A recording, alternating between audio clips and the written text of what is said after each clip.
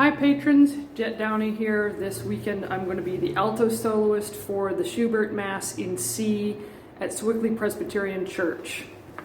I'd like to talk about trying to be heard in a quartet of classical singers as an alto. It can be difficult because the frequency of the alto range is much lower, or we'll say slower, than the soprano.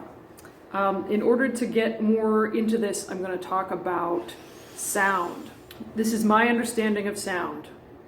Imagine we are in a giant snow globe, but there is no snow. And the water in the snow globe is air. We're moving through the air, we're in the air encompasses us. Then there's some kind of force that happens within this air place, and that creates an air pressure wave. So just like in water you can see the waves, in air you cannot see the waves, but they are there. They're just happening as the air moves.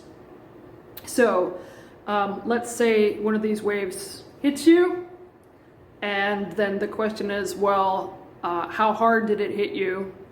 Well, this wave, it hit me really, really hard. That's the volume. That's the amount, how much air pressure is in that wave. And then the other question is, this sounds so violent, but I mean, we're talking about waves. So it's like, how many times did it hit you? This air pressure wave. How many times in 1 second? And that's the frequency.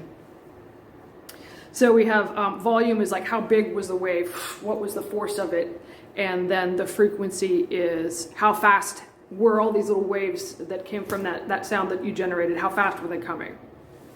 All right, so soprano voice, and I am actually a soprano. I'm high lyric mezzo soprano, which means sort of like right between soprano and alto. That means I'm able to sing alto for this piece. Soprano voice will impact your eardrum between 261 and 1,047 times within a second. That's the unit of hertz, because it was invented, the measurement was discovered by a scientist whose last name was Hertz. And for an alto, that sound of the alto voice is going to hit your eardrum slower, fewer times. So 175 hertz to 699 hertz. These are all approximate. And then a tenor is going to be like a lower frequency. So a tenor will hit your eardrum fewer times, and then a bass voice will be the fewest amount of times. So how do we then hear it if it's not as fast and furious at your ear? My concept is to make up for it with volume. So you want to have a larger amount of sound coming out, or me driving it out toward the audience. All right, so the first thing that I'm thinking of in terms of trying to have my voice be heard in the alto range is finding the natural resonators in my bone structure. And every classical singer does this because we're not mic'd. Classical music, opera, comes from a time when there was no pro audio sound system, so you have to use the shell of your head as a casing for the little vibrations that are going on in your larynx. So if I'm singing alto,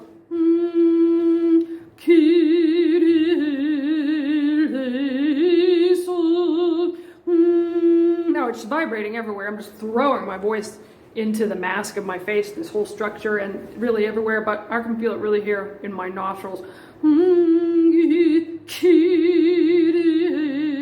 And then all these bones sympathetically vibrate with this vibration, and it magnifies the sound like a speaker.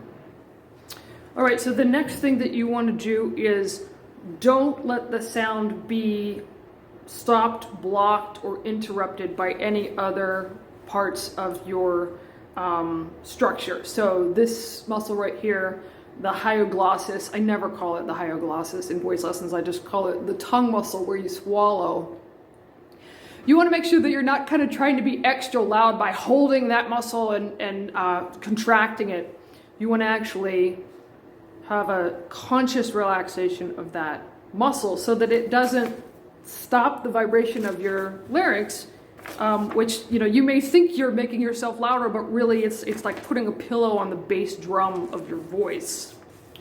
The last thing that I'd like to emphasize in terms of being heard, even though your voice is singing at a lower frequency, is you're going to generate volume by using what I call the inner tire.